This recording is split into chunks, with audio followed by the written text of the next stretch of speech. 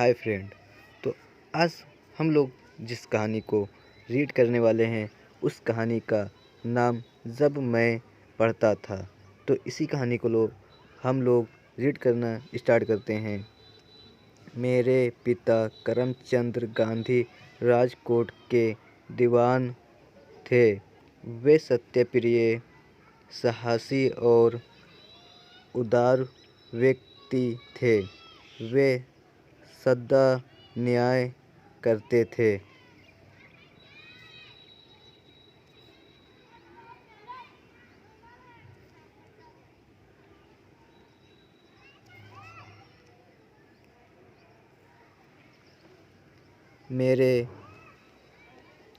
मेरे माता जी का स्वभाव बहुत अच्छा था। वे धार्मिक विचारों की महिला थीं। पूजा पाठ किए बिना भोजन नहीं करती थी। 2 अक्टूबर सन 1869 को पोरबंदर में मेरा जन्म हुआ। पोरबंदर से पिताजी जब राजकोट गए तब मेरी उम्र 7 वर्ष की रही होगी। पाठशाला से फिर ऊपर स्कूल में और वहाँ से हाई स्कूल में गया। मुझे यह याद नहीं है कि मैंने कभी भी किसी शिक्षक या किसी लड़के से झूठ बोला हो। मैं बहुत संकोची था। एक बार पिताजी श्रवण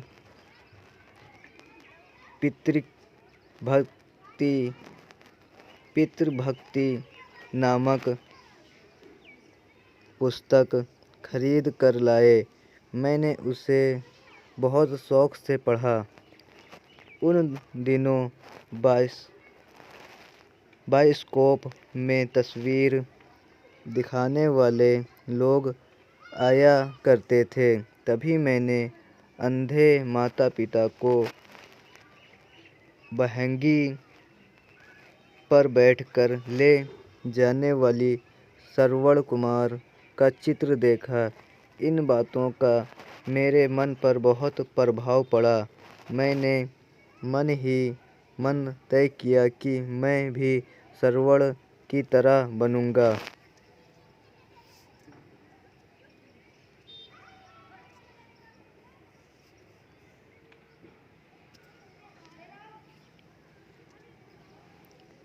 मैंने सत्य हरिश्चंद्र नाटक भी देखा था। बार बार उसे देखने की इच्छा होती। हरिश्चंद्र के सपने आते। बार बार मेरे मन में यह बात उठती थी कि सभी हरिश्चंद्र की तरह सत्यवादी क्यों न बने। यही बात मन में बैठ गई कि चाहे हरिश्चंद्र की भांति कष्ट उठाना पड़े पर सत्य को कभी नहीं छोड़ना चाहिए।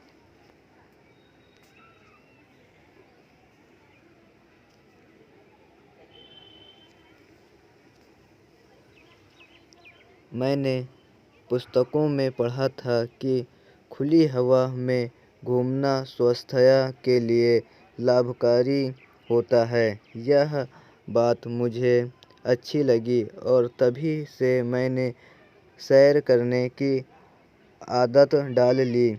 इससे मेरा शरीर मजबूत हो गया।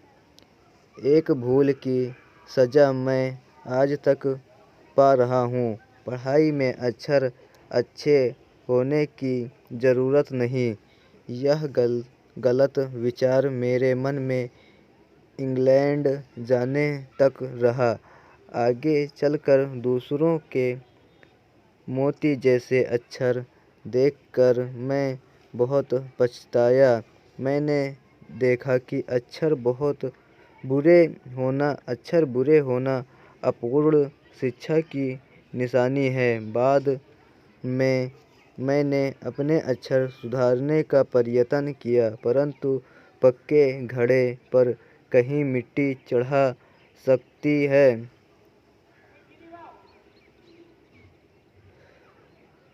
सुलेख शिक्षा का एक ज़रूरी अंग है। इसके लिए चित्रकला सीखने चाहिए।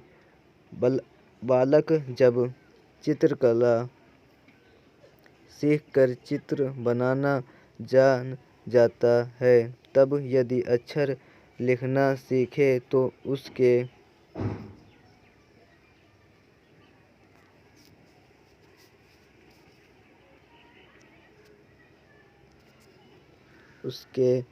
अक्षर मोती जैसे हो जाते हैं। अपने आचरण की तरफ मैं बहुत ध्यान देता था। इसमें यदि कोई भूल हो जाती तो मेरी आँखों से आंसू भर आते। मेरे हाथों कोई ऐसा काम हो जिसके लिए शिक्षक मुझे दंड दें तो यह मेरे लिए असहाय था। मुझे याद है कि एक बार मुझे मार खानी पड़ी थी। मुझे मार का दुख न था, पर मैं दंड का पात्र समझा गया। इस बात का बहुत दुख था। यह बात पहली या दूसरी कक्षा की है। दूसरी बात 7वीं कक्षा की है।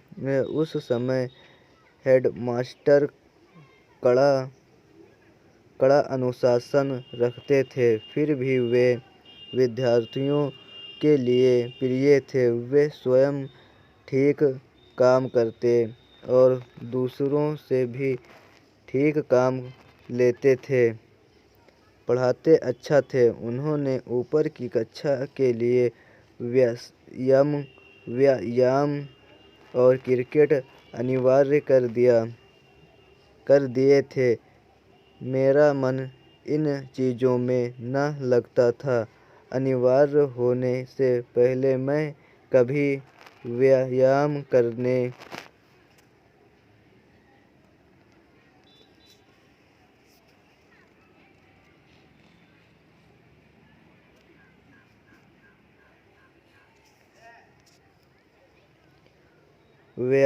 करने, क्रिकेट या फुटबॉल खेलने गया ही नहीं था। वहाँ न जाने में मेरा संकोच स्वभाव भी कारण था। अब मैं यह देखता हूँ कि व्यायाम के प्रति अरुचि मेरी गलती थी। उस समय मेरे मन में गलत विचार घर किए हुए था कि व्यायाम का शिक्षण के साथ कोई संबंध नहीं है। बाद में समझा कि पढ़ने के साथ साथ व्यायाम करना भी बहुत ज़रूरी है।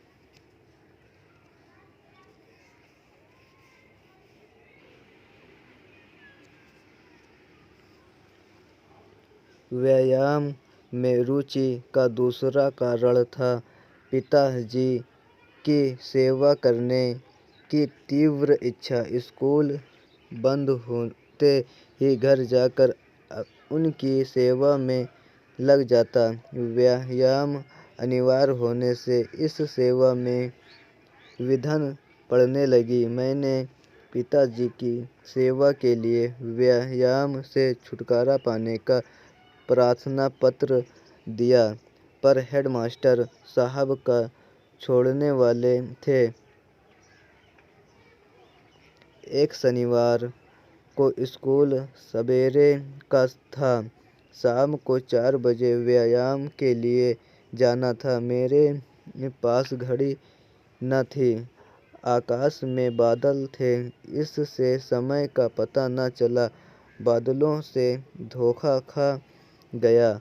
जब पहुंचा तो सब जा चुके थे। दूसरे दिन मुझसे एक कारण पूछा गया। मैंने जो बात थी बता दी। उन्होंने उसे नहीं माना और मुझे 1 या 2 आना ठीक याद नहीं कितने दंड देना पड़ा।